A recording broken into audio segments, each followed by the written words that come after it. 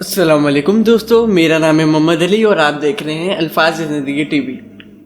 दोस्तों, इस दुनिया में वली तो कई आए हैं, साहबा तो कई आए हैं, लेकिन आज मैं जिनका जिक्र करने जा रहा हूँ उनका मर्तबा सबसे बुलंद है। जो इमामों के इमाम हैं, सखियों के सखी हैं, शेर खुदा है, वो है इमाम अली रज़ियल्लाहु ताला अन्हु। दोस्तों, आज का दिन हजरत इमाम अली रज़ियल्लाहु ताला अन्हु की शहादत का दिन है।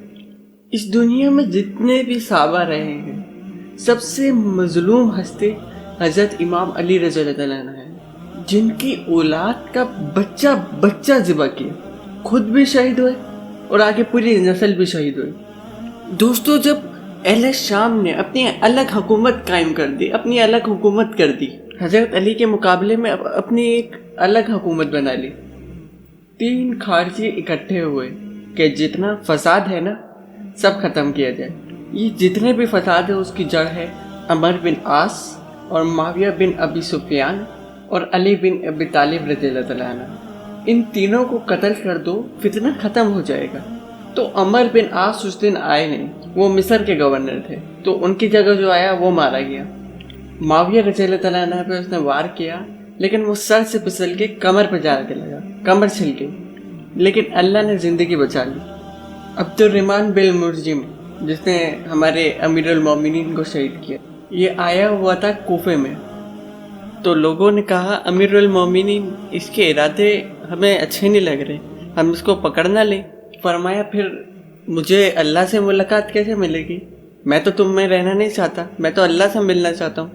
हज़रत अली के साथियों ने उनके साथ बड़ी बेवफाई की, इसलिए मैं कह रहा हूँ मजलूम तरीन हस्ती हज़रत अली रज़ियल्लाहु ताला अन्हु है। बुसर बिन अबी अरतात ने यमन पर कब्जा कर लिया शाम के लश्कर की तरफ से, और हज़रत उबैदुल्लाह बिन अब्बास रज़ियल्लाहु ताला के 2 बच्चों को कत्ल कर दिया, ज़िबा कर दिया, आले रसूल के 2 बच्चों को। तो हज़रत अली बेकरार होकर बाहर निकले, कहा चलो अहले शाम के खिलाफ जहाद करते हैं, और शहर से बाहर जाके खेमा लगाया। सुबह उठ के देखा तो एक आदमी भी नहीं आया था, एक अकेले थे। वो बड़ी दुखी के साथ वापसी आए और अपनी दाढ़ी को पकड़ के कहा, तू कब लाल होगी? एक दफ़ा बीमार थे तो हजूर पाक सल्लल्लाहु अलैहि वसल्लम से फरमाते हैं कि या रसूलल्लाह सल्लल्लाहु अलैहि वसल्लम, मुझे लगता है मेरी आखिरी अयाम करीब आ गए। तो हजूर पाक सल्लल्लाहु अलैहि वसल्लम ने फरमाया, तुम्हारी मौत तब आएगी जब सर के खून से तुम्हारी दाढ़ी लाल होगी, उस वक्त तेरी मौत आएगी। तो उस जुमले को याद करके कहते थे, तू कब लाल होगी, तू कब लाल होगी, क्योंकि साथ ही साथ छोड़ गए थे। शदीद किस्म की बेवफाई सामने आई। फिर एक दफ़ा अमीरुल मोमिनीन रज़ियल्लाहु ताला अन्हु ने देखा कि लोग घर के बाहर पहरा दे रहे हैं, तो आपने कहा, ये क्या कर रहे हो? कहा कि आपके लिए खतरा है, इसलिए पहरा दे रहे हैं। फरमाने लगे, किससे दे रहे हो? ज़मीन वालों से, आसमान वालों से? तो कहने लगे, आसमान वालों से कौन दे सकता है, हम तो ज़मीन वालों से दे रहे हैं। तो इमाम कहते हैं, बेटा जाके सो जाओ, आसमान वाला जब फैसला करता है तो ज़मीनी पहरे काम नहीं आते हैं, जाओ जाके सो जाओ।